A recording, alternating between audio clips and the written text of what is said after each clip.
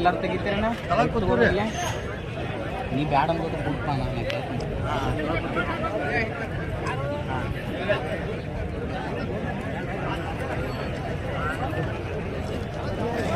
ಇದಕ್ಕೆ ಸಂಬಂಧಪಟ್ಟಂತ ವಿಷಯಗಳು ಇದು ಕೇಳಿ ಹಣ ಕೇಳಿಲ್ಲ. ಇಲ್ಲೇ ಮುಳುಗಡೆ ಆದರು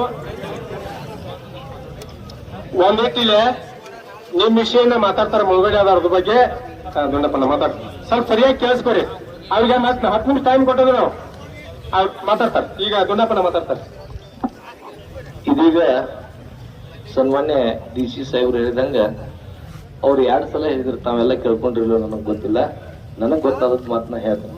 34 ಹಳ್ಳಿಗಳು ಮುಳುಗಿದ್ದ ಹಳ್ಳಿಗಳನ್ನು ಮಾತ್ರ ಸ್ಥಳಾಂತರ ಮಾಡ್ತೀವತ್ತ ಅವ್ರು ಹೇಳಕತ್ತಾರ.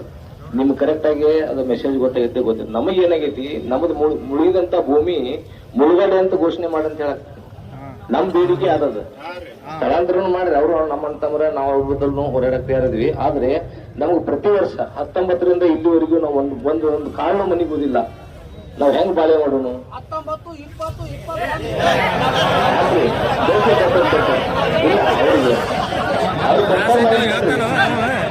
ಬರಲ್ಲ.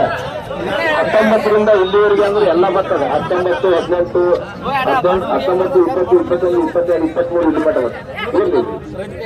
ದಯವಿಟ್ಟು ಅದ್ರ ಬಗ್ಗೆಲ್ಲ ಸ್ವಲ್ಪ ಸೂಕ್ತವಾಗಿ ಪ್ಲೀಸ್ ಅದನ್ನ ಹೇಳ್ಬೋದು ಮೇಡಮ್.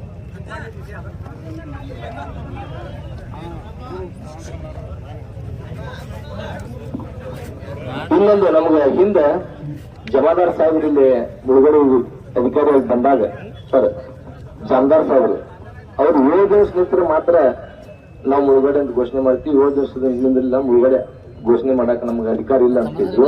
ಇವತ್ತು 13 ದಿವಸ ನಿಂತರೂ ಕೂಡ ಯಾಕೆ ಈ ವ್ಯವಸ್ಥೆ ಆಗ್ತಾ ಇಲ್ಲ ಅಂತ ನಮ್ಗೆ ತೊಂದರೆ ಆಗಿಲ್ಲ ರೈತರಿಗೆ.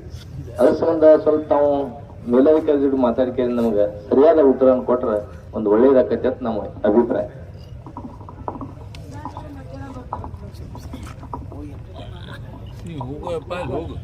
ಅವ್ರು ನೋಡ್ಕೋ ಫೋಟೋ